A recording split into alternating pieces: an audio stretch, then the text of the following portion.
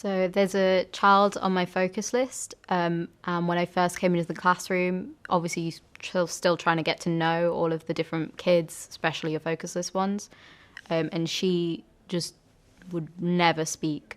She's very quiet. When she is sort of forced to answer a question, it was still, you could barely hear anything, and you could tell she just didn't enjoy school that much.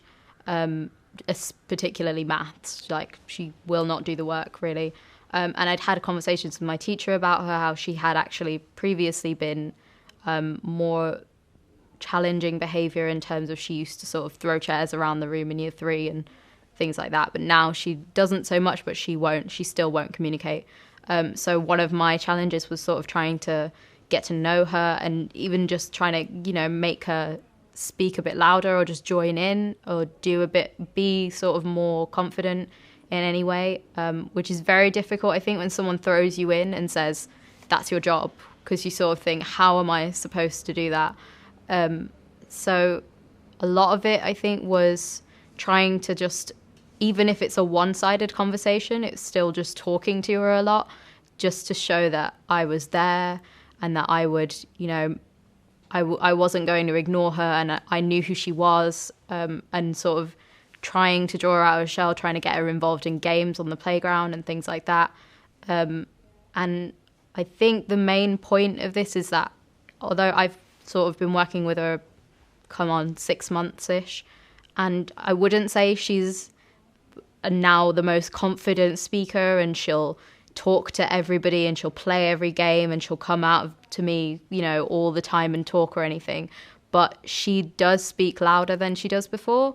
And she's made a friend, which was actually a massive moment for her to have made another friend in her class, because she didn't really have any of those relationships before.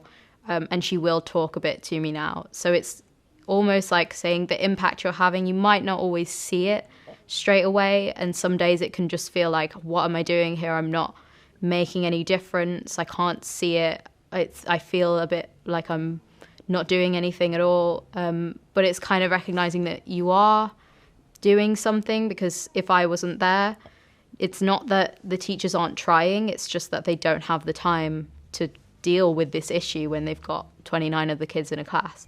So it's almost like filling that gap of making sure that someone is there to recognize that, someone can help her.